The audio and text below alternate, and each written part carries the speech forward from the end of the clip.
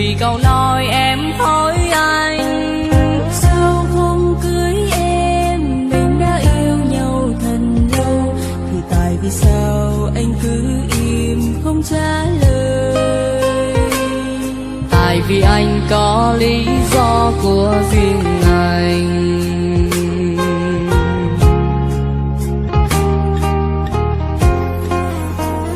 Số anh nghèo không thể lo được cho em luôn nắm em. Anh không nói ra vì nói ra em buồn hơn. Hãy hiểu cho anh cũng yêu, anh cũng buồn.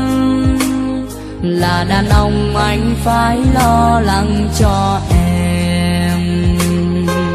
Đàn ông anh phải lo lắng cho em. Đừng buồn đến hơn anh mà em, và hãy cho anh thời gian để chứng minh anh cần em. Anh sẽ cố gắng, anh làm tất cả cũng vì em. Em đừng suy nghĩ, dù là nhọc nhằn không hề chi, và anh sẽ không bao giờ lùi bước dù khó khăn. Và anh sẽ không bao giờ anh có em. Và anh sẽ không bao giờ anh bỏ tay.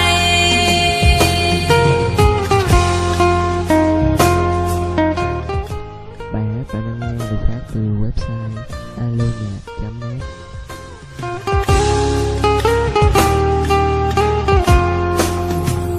Số anh nghèo không thể lo được cho em luôn nắm em. Anh không nói ra vì nói ra em buồn hơn. Hãy hiểu cho anh cũng yêu, anh cũng buồn. Là đàn ông anh phải lo lắng cho em.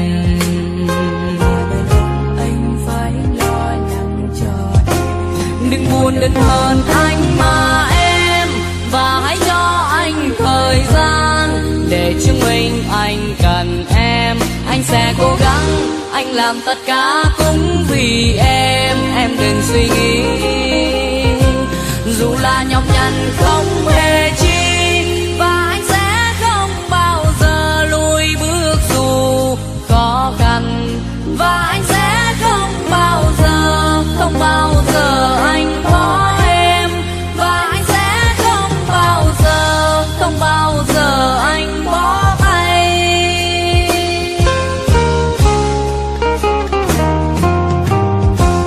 Đừng buồn đến hơn anh mà em, và hãy cho anh thời gian để chứng minh anh cần em. Anh sẽ cố gắng, anh làm tất cả cũng vì em. Em đừng suy nghĩ, dù là nhọc nhằn không hề chi, và anh sẽ không bao giờ lùi bước dù khó khăn. Và anh sẽ không bao giờ anh có em. Và anh sẽ không bao giờ anh bỏ tay. Và anh sẽ không bao giờ anh có em. Và anh sẽ không bao giờ anh bỏ tay.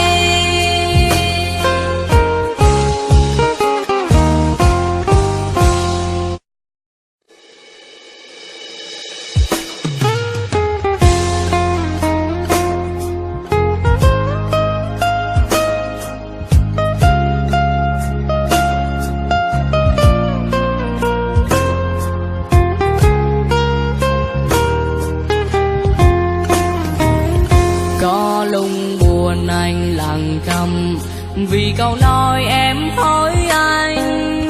Sao không cưới em, mình đã yêu nhau thật lâu, thì tại vì sao anh cứ im không trả lời?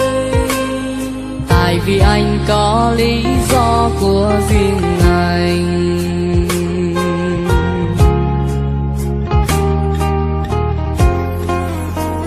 Số anh nghèo không thể lo được cho em luôn nắm em.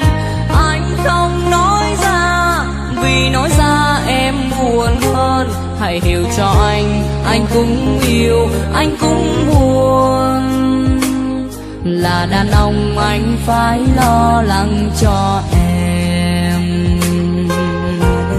Anh phải lo lắng cho em. Đừng buồn đừng hờn anh mà em, và hãy cho anh thời gian để chứng minh anh cần em. Anh sẽ cố gắng, anh làm tất cả cũng vì em đừng suy nghĩ. Dù là nhọc nhằn không hề chi, và anh sẽ không bao giờ lùi bước dù khó khăn. Và anh sẽ không bao giờ anh bỏ em.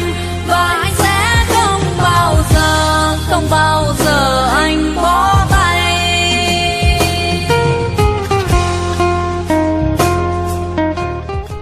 Bài hát bạn đang nghe được phát từ website alonhạc.net.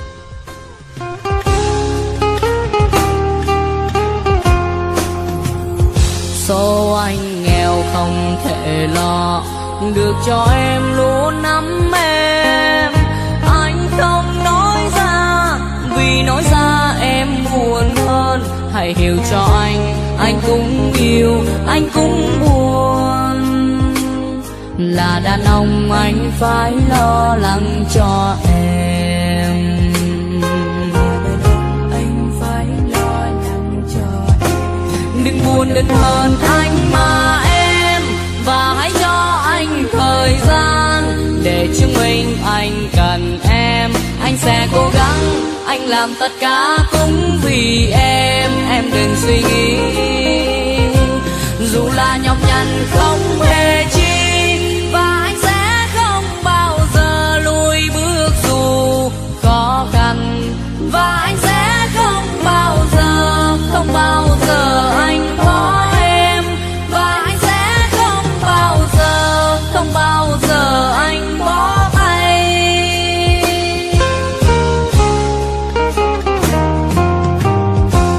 Đừng buồn đừng hờn anh mà em, và hãy cho anh thời gian để chứng minh anh cần em. Anh sẽ cố gắng, anh làm tất cả cũng vì em đừng suy nghĩ. Dù là nhọc nhằn không hề chi, và anh sẽ không bao giờ lùi bước dù khó khăn.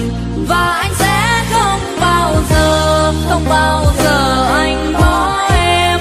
Và anh sẽ không bao giờ anh bỏ tay. Và anh sẽ không bao giờ anh bỏ em. Và anh sẽ không bao giờ anh bỏ tay.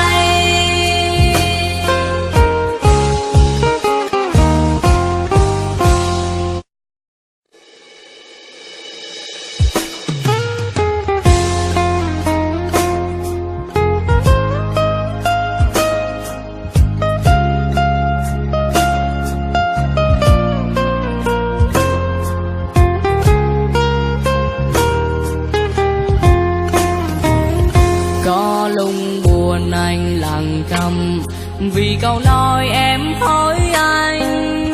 Sao hôm cưới em mình đã yêu nhau thật lâu, thì tại vì sao anh cứ im không trả lời?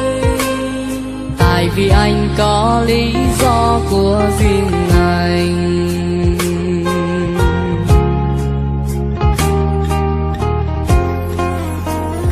Số anh nghèo không thể lo được cho em luôn nắm em. Anh không nói ra vì nói ra em buồn hơn. Hãy hiểu cho anh cũng yêu, anh cũng buồn. Là đàn ông anh phải lo lắng cho em.